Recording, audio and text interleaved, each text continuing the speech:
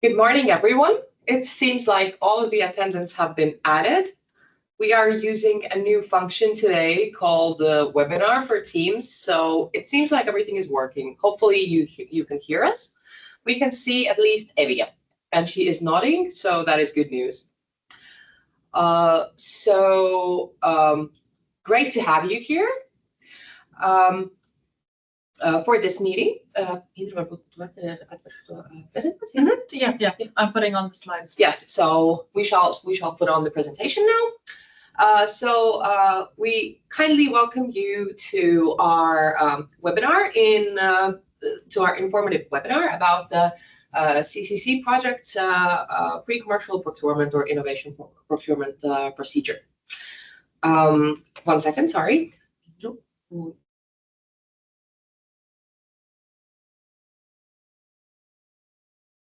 We have a tiny technical problem, but 1 second. We're trying to figure out something about the presentation. We want to see both the presentation and you, so that's our challenge over here. Maybe we'll switch this way, but we can see them here and sure. have a big presentation. Yes, okay. So we are organizing this webinar per the notice number 714386 2025. That was published on Tenders Electronic Daily on October 29th of the year 2025. And also, for the record, I would like to state that by participating in this meeting, you consent to being recorded, and this meeting will be disseminated afterwards with anyone that is interested. It will be published on our website.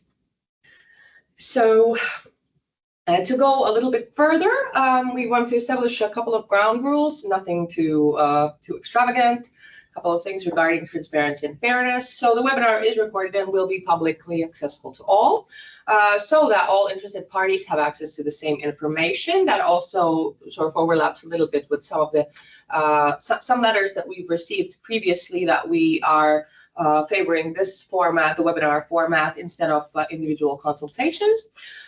All questions from the webinar and in written form will be collected and answered in written form and made available on the CCC Interreg website, as well as all necessary information in the tender doc is included in the tender documentation. And in case there's a new version where we change something, this will be announced. This is announced on the CCC Interreg website. So be sure to check there. Maybe a couple of introductory slides about the PCP process, the pre-commercial procurement. So PCP means that essentially, I suppose you all know what it is, but here the public procurers challenge innovative players on the market through an open, transparent, and competitive process to develop new solutions for a technologically demanding mid to long-term challenge that is in the public interest and requires new research and development services, or for something that is already on the market but has unproportionately expensive solution.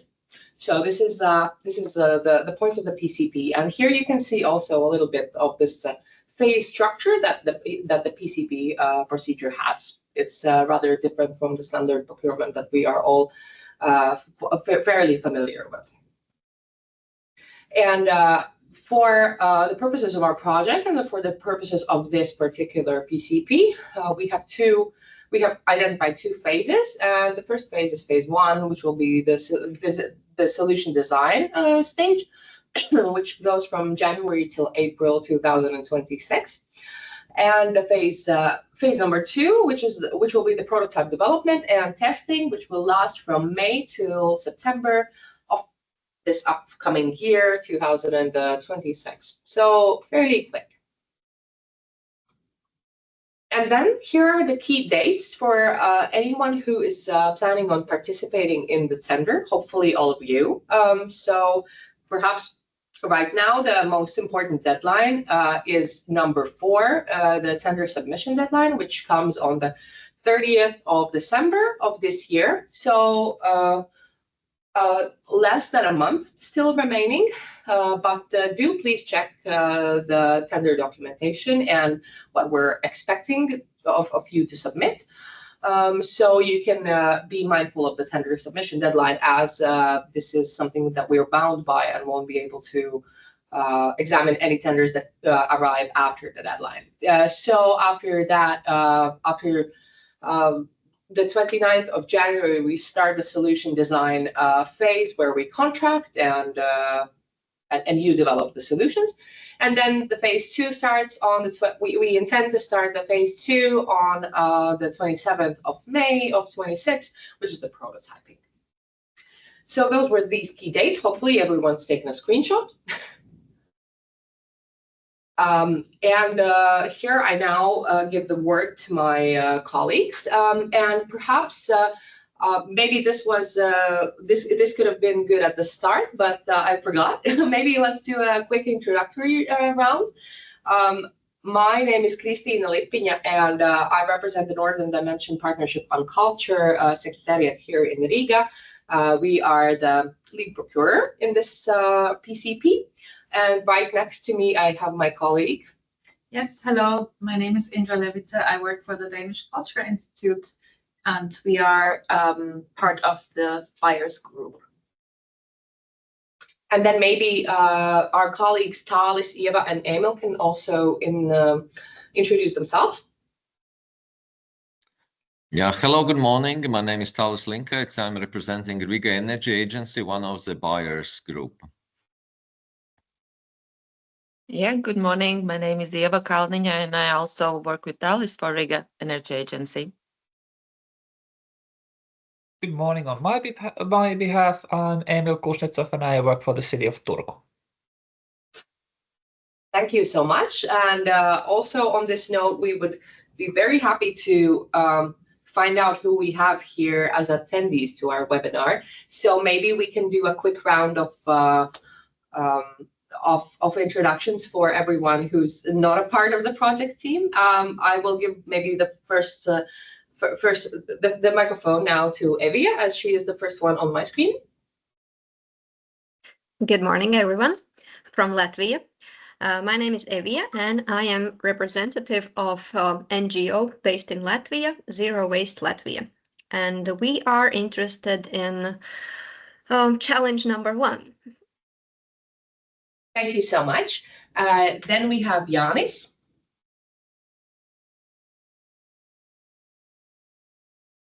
I'm sorry, Jānis, you are muted. This still happens. Yes, hello. Yeah. Hi. Yeah, my name is Jānis, and I represent the 2 companies. Actually, it's Copper Revolution Latvia and Deposit at Rauki. So we are, let's say, direct provider of some couple solutions for deposits. Thank you so much. Then we have, if I'm correct, Ilka. Yes.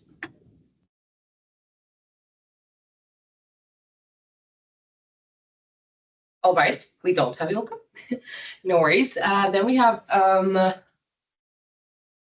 Frederica.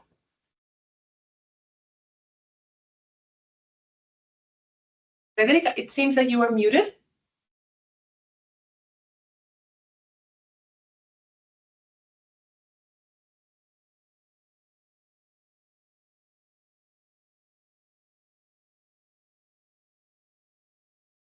It seems like we don't hear you, Frederica, if you're speaking, but okay, we see you. And thank you for you, Frederica, and thank you to other colleagues as well for joining.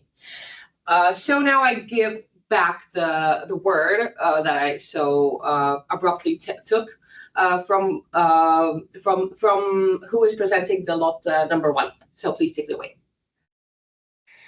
Thank you. Just a bit of the basics about lot 1 and the circularity platform. We want to see how we could create an accessible, unified, engaging platform that connects citizens and businesses with circular economy services, so that making sustainable choices is easier and inspiring.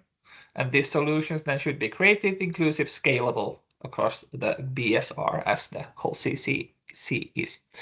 Next slide, please. A bit about the background thoughts.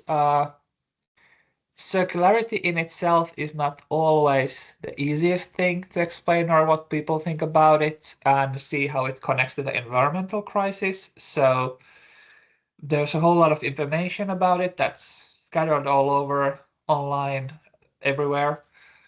So there are circular services, but they might not be widely known.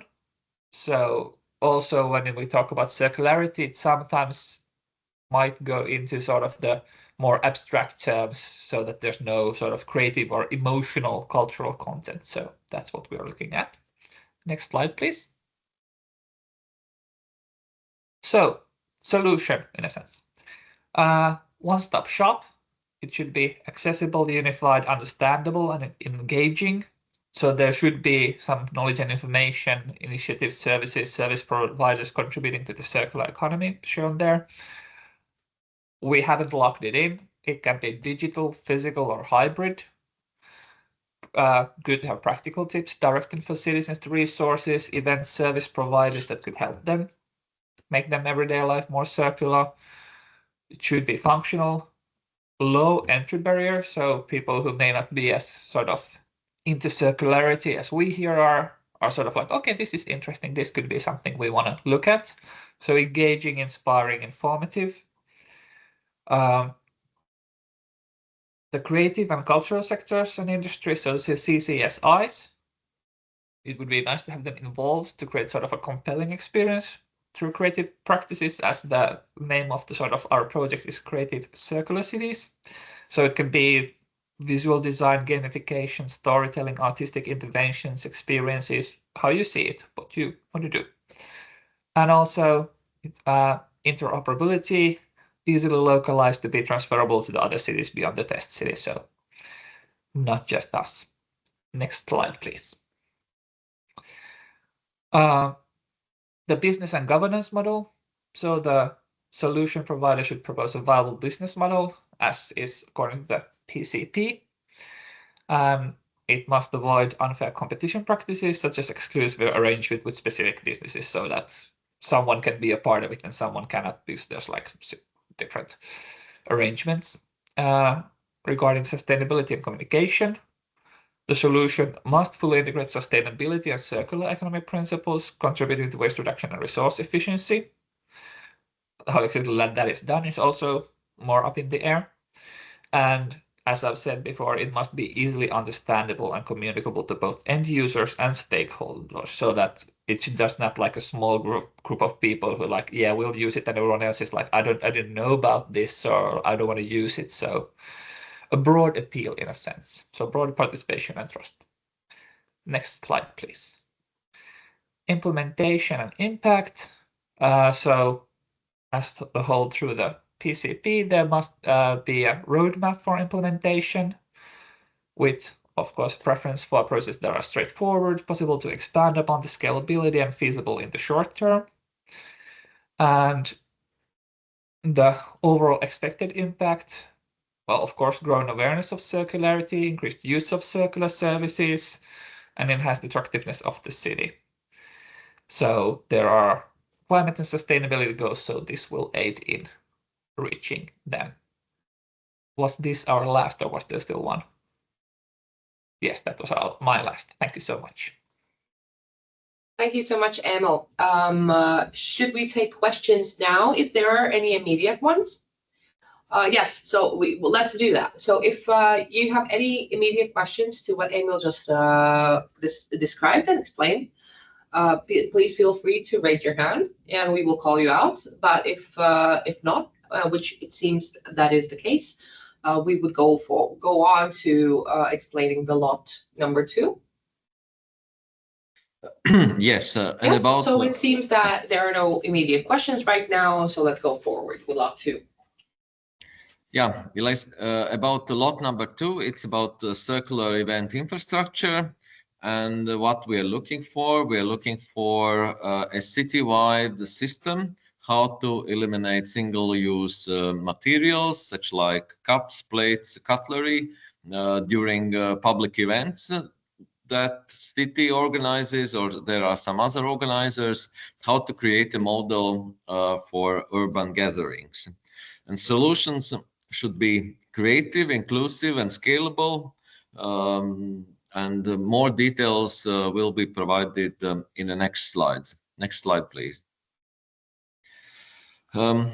So the solution, what we are looking for, should include multiple locations throughout the city. So it means not only for one particular location, site, or a particular one event, but there could be a situation where city organizes number of events in different locations, and this solution should cover all these events. And it could be, it should be used both for one-day event and also for several-day events.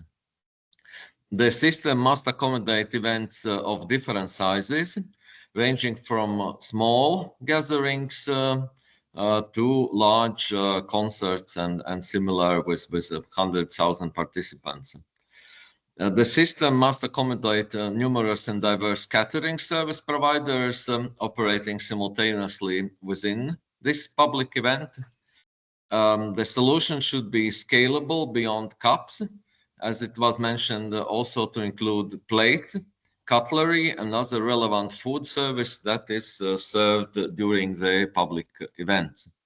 The system must be inclusive and accessible to all vulnerable groups, including elderly people who might have not be familiar with the digital tools or would prefer cash transactions rather than non-cash transactions. Next, please. So about functionality, the solution should provide a practical and comprehensive operational framework covering all aspects of distribution, collection, cleaning, and reuse of the cutlery, and return process for used items must be simple, transparent, and free from artificial barriers or restrictions. As Emil was mentioned, we are looking for those people as well who are not experts in different systems, and simply citizens who would like to participate in public event. So the system should be easy to understand and easy to use. And at the end of the process, users must always have the option to receive back the invested cash deposit if it is necessary. The payment system must support both cash and non-cash transactions, and the solution must be interoperable and easy localized to be transferable to other cities beyond the one particular. Next, please. We are looking also for the description of the business model. How do you see how it will operate with all the involved stakeholders? The business model should be viable, and we are looking for description of logistics framework, clearly defining interactions between the municipalities, the catering providers, and other stakeholders. The model must be explicitly described. It should include economic incentives and cost distribution, and it's essential that the system avoid unfair competition practices such as exclusive arrangements for specific retailers or other mechanisms that limit fair market access. Next, please.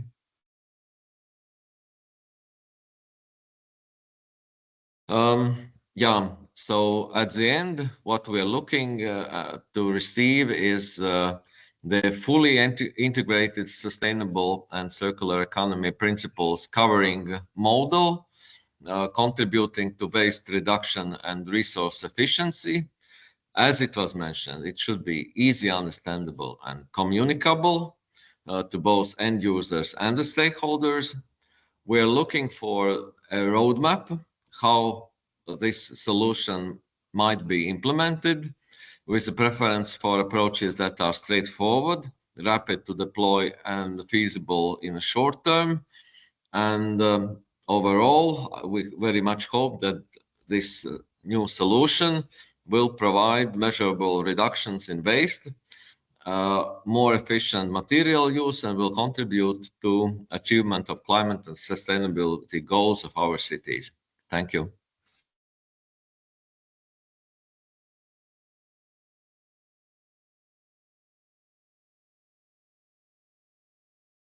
You are not muted. Okay. not anymore. Thank you so much, Talis. Right now, if are there any questions that you would like to ask immediately? If so, please raise your hand.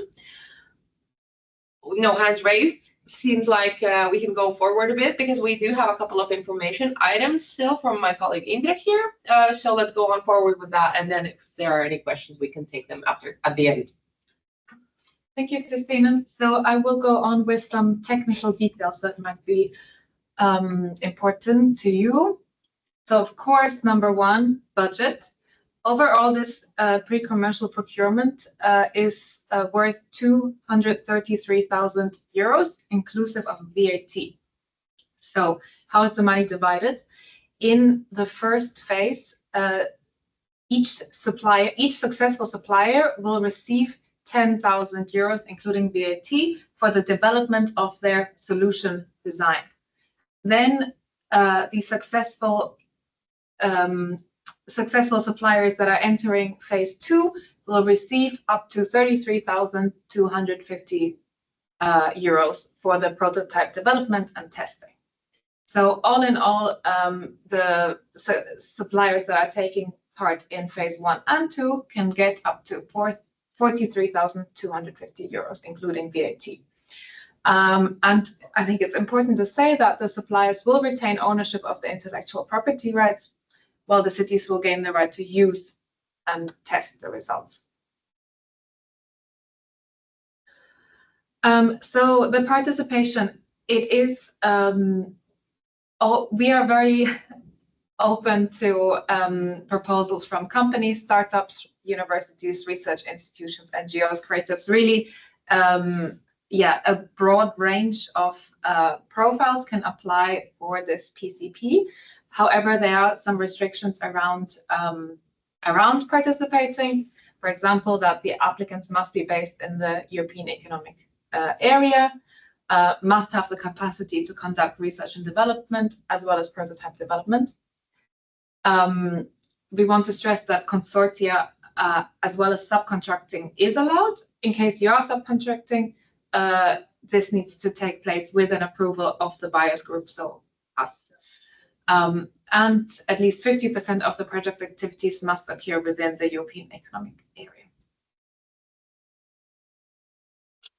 And now you will see 4 slides. The 4 next slides are on different types of criteria. So if you've looked at the tender documents already, you'll see that these are kind of 4 steps, one following the other. So what that means is that if you are eligible from the exclusion criteria, then you go on to we go on reviewing the selection criteria. If your selection criteria is confirmed by us, then we go on to confirm the compliance criteria and so on. But so you can see that some of them will be rather a yes or no response from you, and for some of these criteria you need to provide more content, CVs, and of course your idea. So to start with, the exclusion criteria is actually a form that asks for mostly yes or no. So what does this mean? Tenderers will be excluded if there is a conflict of interest involved that can arise from this PCP. If if the tenderers had criminal offences, especially regarding corruption, money laundering, terrorism, if the tenderer has declared bankruptcy or professional misconduct, or if the tenderer is sanctioned or is Russian-owned or controlled. So you will see that this can be responded to quite straightforwardly in one of the forms. It's yes or no. If everything looks okay, then we also go on to reviewing the selection criteria. So here it's important that you confirm that this is research and development that you are performing. I really want to stress this because some of you might be working in the field already, have developed something, but it is not allowed to transfer a developed solution that you have developed for another purpose straight onto this PCP, because that is not research and development, and this is the pre-commercial procurement, and we are looking for new solutions that are not ready on the market. So it's really important to show that whatever your solution is something that is not yet on the market. We're looking for relevant expertise tools, and this will be reviewed from the CVs that you're submitting with your proposal, and you need to meet all administrative, legal, and financial requirements. Again, compliance criteria is more yes or no. Yes. Again, as I mentioned regarding R&D, you need to confirm that the activities you're performing for this PCP are limited to research and development, so no market-ready products. There is no double public financing that you're receiving for the development of your solution. So you are receiving finance through the CCC project, and you're receiving finance from a different project for the development of the same solution. That's not allowed. So we need to avoid double financing. Again, minimum of 50% of work done in the EEA, and also you need to comply with ethics and security requirements. And then here is where most of the work really comes in, is regarding the proposal. So we will be reviewing the proposal according to the following weighted criteria. So we have two criteria. The first one is weighted at 70%, and that really is how well your solution, the proposed solution, addresses the problem statement and demonstrates innovation. And then the second criteria is, of course, because we have this creativity element as part of our project, we also want to see creativity and for the proposals. So the second criteria relates to how creatively it integrates cultural or design elements. Okay, so why participate? Because this is an excellent opportunity to become part of a vibrant network of forward-thinking cities, help our creative circular cities become more circular. You can test your ideas in real-life urban environments, gain visibility, and shape the future of sustainable city living. Questions and clarifications. So here I want to say that after I stop speaking, there will of course be the time to ask more questions. We had a deadline that is now passed for written questions, but on the 12th of December, so that is Friday, we will be putting all of the received questions that were received via email, but also during this webinar, we will be putting them all in one document and publishing them on our CCC Interreg website so that it is available to you and anyone else who is interested in the PCP. And I think that, maybe just a reminder that the tender documents and all of the forms that you need to complete are on our Interreg website, CCC. And we kindly ask you to submit your proposal to us two over here, so Christina and me, Indra, by the 30th of December, 5 p.m. Central European Time. And that is it from my side, so I'll hand over back to Christina. Thank you very much, Indra. So after this quite elaborate detailed explanation, I think we are now ready for any questions if any of you have them. So kindly, if there is something that you would wish to ask, please do raise your hand and let us know. Yes, okay. So we have two questions. First hand is from Evia. Both challenges, they do ask to for the solution to address the climate and sustainability goals of particular city, right? That is correct, yeah. So in our proposal, we should also kind of mention those which are, like, for the first lot it would be Turku, and for the second it would be Riga. But should we also consider replication in other neighboring Baltic countries or project cities within the Creative Circular Cities project? Their other goals. Thank you for the question. Taalis, would you be able to respond to this?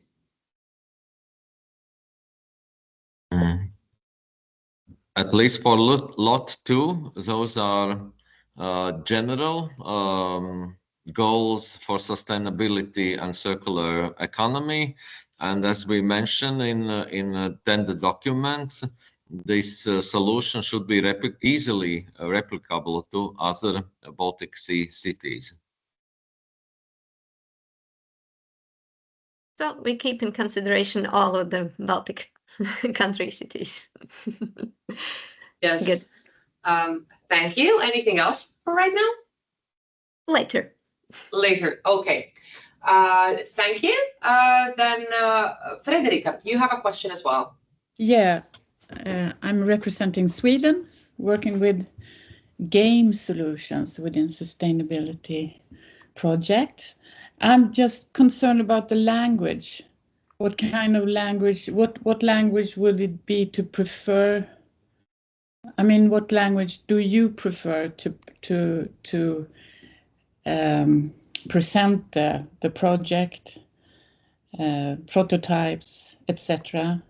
Would it be English and my own language, or would it be different languages? Thank you for the question. That's a good one. Emil, do you have a response to that immediately? Yes, at least because everything works in English here, but then at least in Turku we would need it, like the finalized things, at least also in Finnish and Swedish also. På svenska funkar ju också. But we would need it for it to be a sort of to reach the majority of people. So we would need it in Finnish as well. So that's quite a challenge. And we need to receive perfect translations.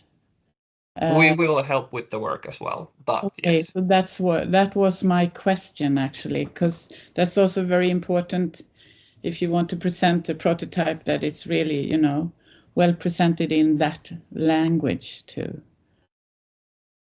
Okay. Thank you. Maybe Frederica, something more?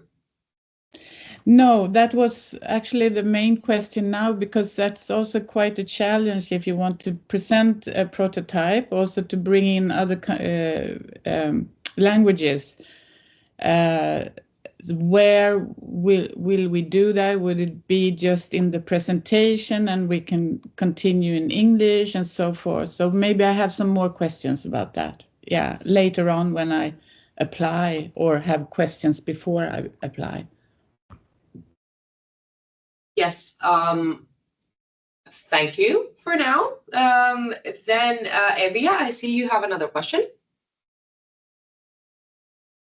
Yeah, my next question, it might follow what Frederica said. In phase 1 in February, it's planned to present the solution, and it's either in-person presentation or online, as it was written in one of the documents. And I was thinking that, like, here on this kind of presentation, it would still be in English. But further, if some more information has to be developed, that's probably phase 2, when it has to be in local language. Would I understand it correctly? Like, most Yes. of the information in phase 1 will still be in English, and the second is during the transfer. It might be already in a native language.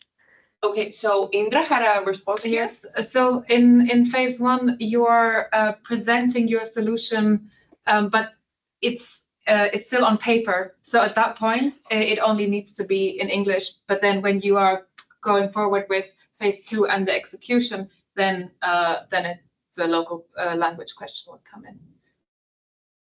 Mm-hmm. Good. And then, did you respond to the online versus real? Yeah, I think you said, right? So for phase one, the presentation of the solution, I think we left ourselves a little bit of flexibility, but depending on the participants, if it's easier just to do it online, we will prefer to do it online. Good. And that will probably be that all of the suppliers would meet in one common meeting and present one, the next one, the next one in a row all together probably. Or it will be just as solely one supplier knows only about their solution and they do not hear the presentations of others.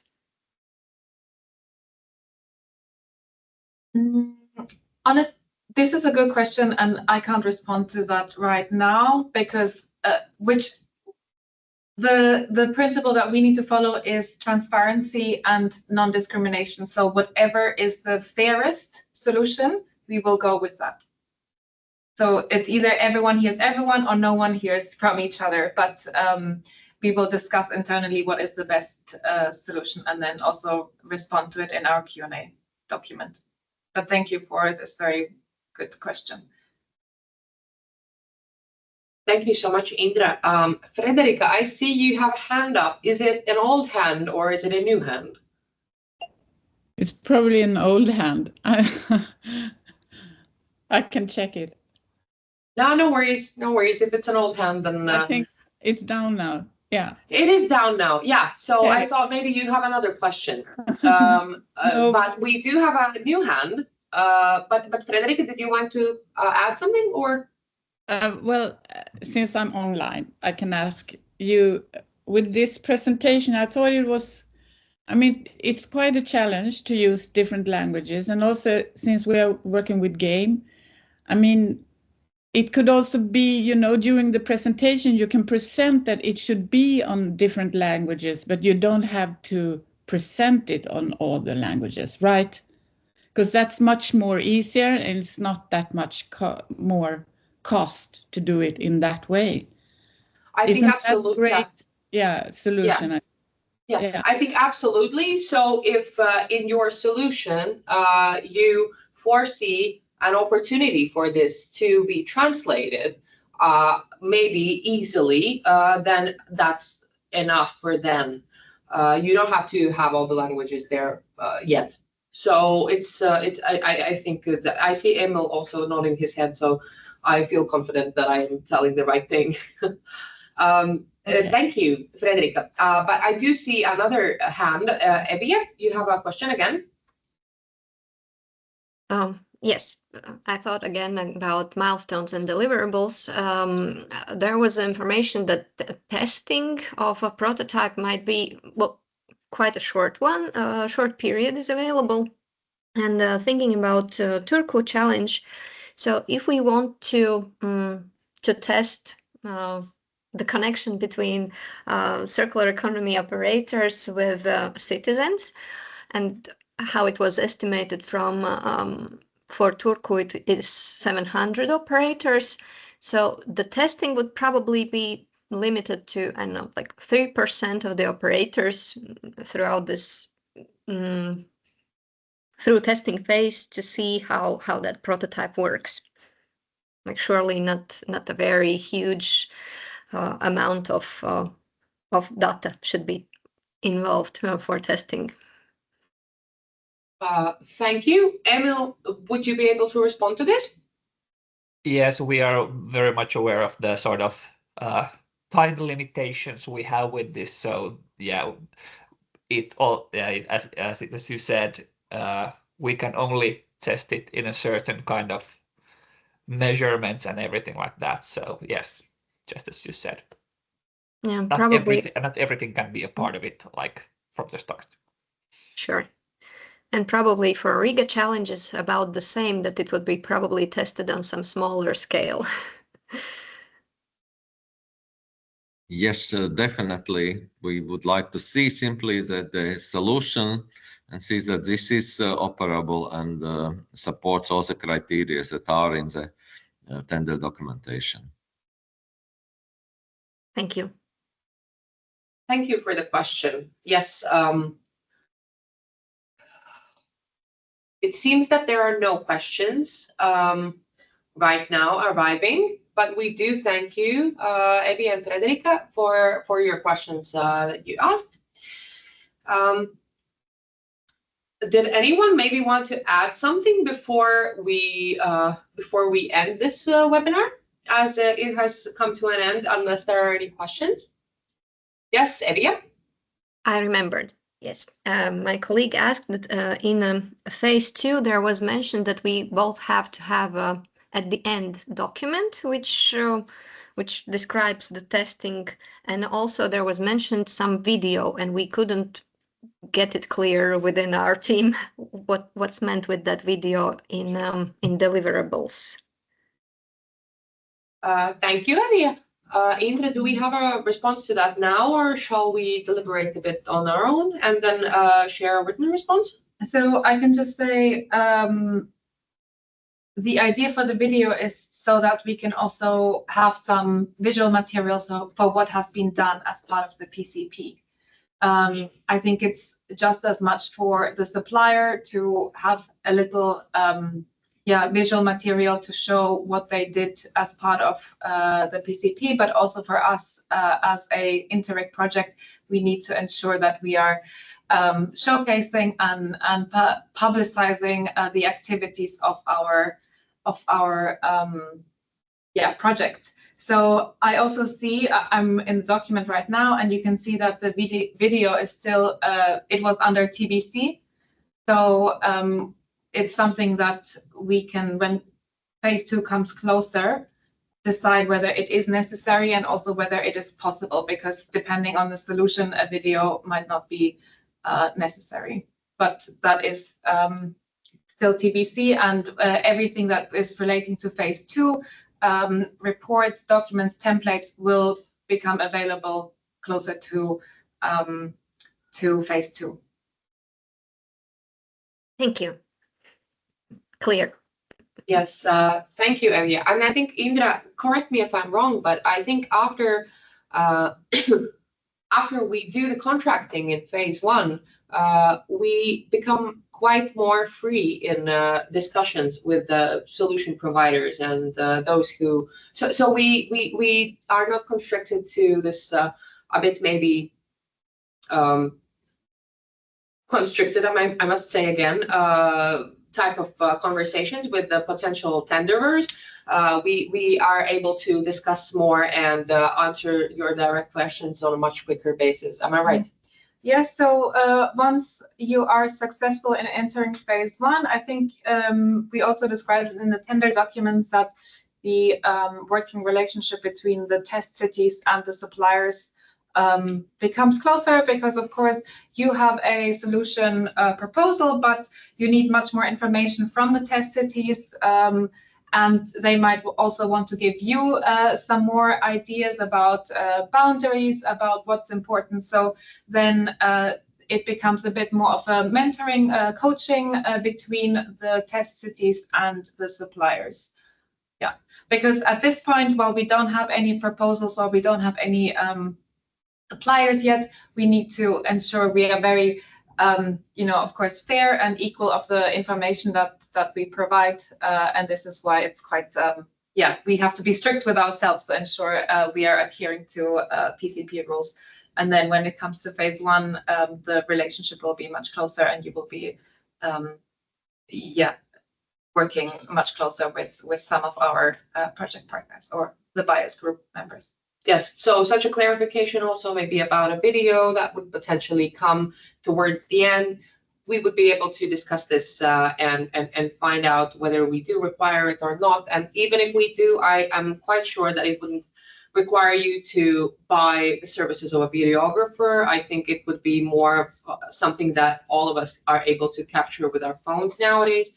So I think we can refer to that back later and see once the relationship also, as Inga says, becomes closer and we are able to converse on a much more free basis to not discriminate towards the other possible tenderers. Yes. So maybe there are some more questions, or we are, or all of the questions have been answered. In this case, we thank you so much for attending this session with us. We were very happy to explain a little bit more in detail about this current stage that we're in of the PCP process. And we are very much looking forward to receiving your bids by the almost the end of this year. So we thank you for attending and wishing you a great day. And yes, that's I think it from me. Yes. Thank you very much. Thank you. Bye-bye. Goodbye. Thank you. Bye. Thank you, everyone. Bye.